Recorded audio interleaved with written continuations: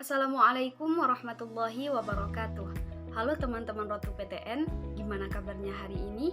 Semoga sehat selalu ya dimanapun kalian berada. Kenalin, nama aku Ruroh, mahasiswi yang baru aja ngelewatin masa semester 4 di jurusan Tadris Bahasa Inggris di Universitas Islam Negeri Maulana Malik Ibrahim Malang atau yang dikenal dengan nama UIN Malang.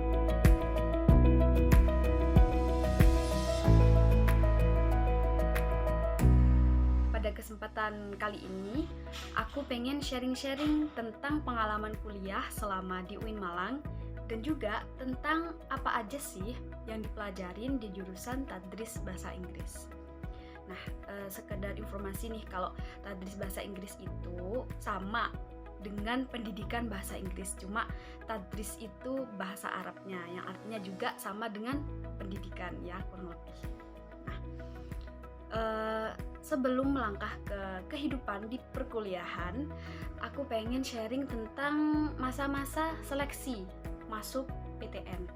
Nah, dulu aku ikut 2 jalur untuk masuk UIN.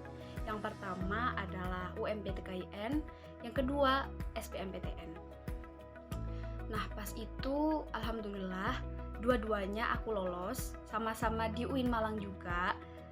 Dan aku milih jurusan Tadris Bahasa Inggris ya lewat jalur UMPTKIN.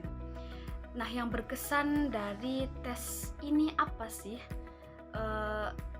Karena aku udah lama nih ya mengimpikan bisa kuliah walaupun harus berhenti dulu selama 1 tahun ya, atau istilahnya gap year, gak langsung kuliah. Rasanya itu excited banget gitu ya, bisa lolos dua-duanya dan aku bisa milih salah satu dari jurusan yang diterima itu, walaupun sama ya, maksudnya kan satunya aku keterima di sastra Inggris, satunya Tadris, jadi aku milih yang Tadris gitu. Jadi kesannya itu bersyukur banget, alhamdulillah selama ini yang kita impikan tercapai. Jadi aku pengen ngasih semangat juga buat temen-temen yang masih berjuang buat dapetin lolos di kampus impian teman-teman. Tetap semangat, tetap ikhtiar, belajar semaksimal mungkin, berdoa juga, dan juga minta dukungan dari kedua orang tua teman-teman juga ya. Doa dari mereka sangat berarti juga. Oke. Mungkin itu aja seputar seleksi masuk PTM. Selanjutnya, yang perlu teman-teman ketahui juga tentang UIN Malang adalah jika kalian mahasiswa baru UIN Malang, maka kalian wajib tinggal di ma'had atau asrama selama 1 tahun. Nah, ngapain aja sih di asrama? Banyak teman-teman, banyak kegiatannya, mulai dari pagi sampai malam.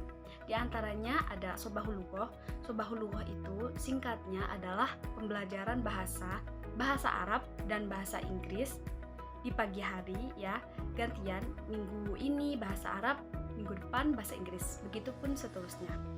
Nah, selain itu ada juga kegiatan sholat berjamaah di masjid ya, yang di absen tapi nggak semua sholat. Maksudnya kan ada 5 waktu tuh yang wajib sholat di masjid, itu cuma sholat maghrib, sholat isya, dan sholat subuh gitu ya teman-teman.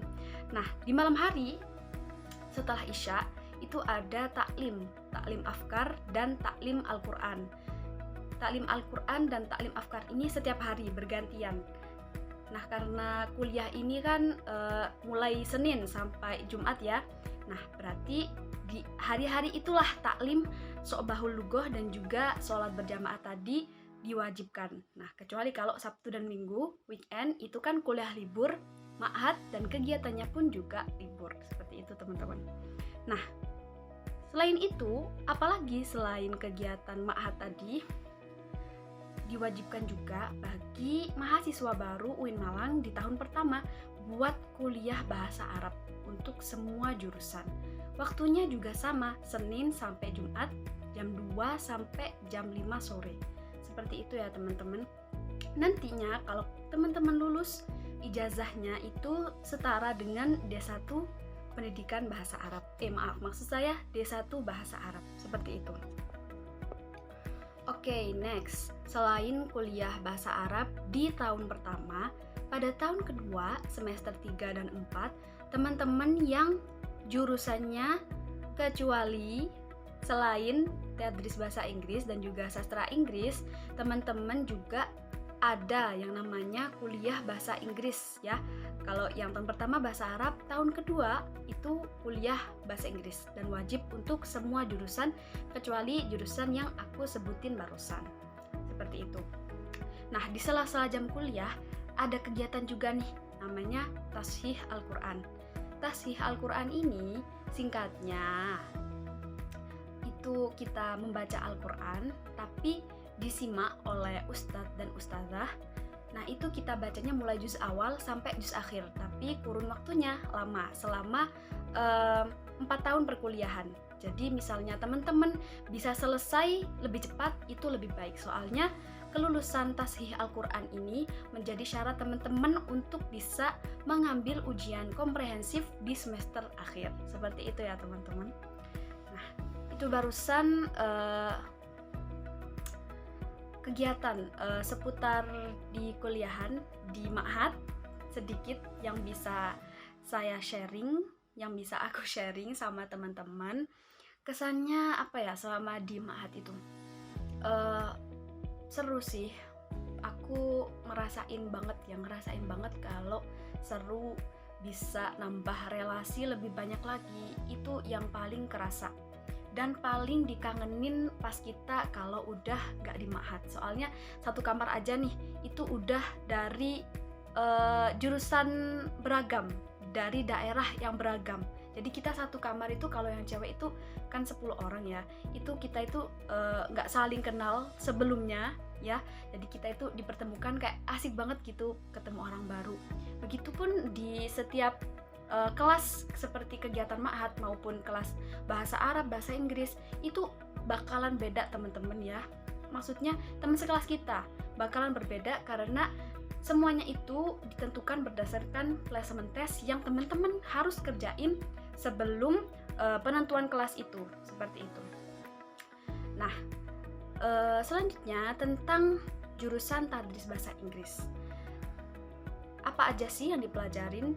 Selain tentang bahasa Inggris ya, tentang grammar mulai dari basic sampai advance, kita juga belajar tentang skill dalam bahasa Inggris, yaitu ada listening ya, ada reading, writing, dan juga speaking. Selain itu ada juga mata kuliah umum yang kita pelajari seperti Pancasila, teosofi, psikologi, maksud saya teori pembelajaran dan juga psikologi perkembangan. Mengapa kita belajar hal itu juga, mata kuliah itu? Karena kita kan calon guru nih. Nah, jadi kita dibekali tentang psikologi anak itu gimana sih, teori pembelajaran itu gimana sih. Kita juga belajar tentang pendekatan dalam pengajaran bahasa Inggris. Jadi metode-metode apa yang harus kita lakukan saat mengajar grammar, saat mengajar listening, saat mengajar reading, dan seterusnya.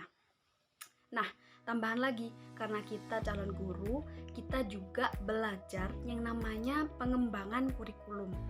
Pengembangan kurikulum ini, di pengembangan kurikulum ini kita belajar tentang bagaimana membuat kurikulum yang baik, kurikulum yang sesuai standar dan peraturan yang ada.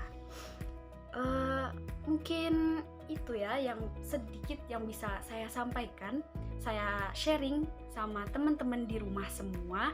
Semoga bermanfaat dan juga bisa membantu teman-teman dalam memilih jurusan ataupun menginspirasi teman-teman untuk lebih semangat ke depannya. Semoga kita bisa bertemu di lain kesempatan lagi. Mohon maaf atas segala kesalahan dan kekhilafan. Saya akhiri. Wassalamualaikum warahmatullahi wabarakatuh.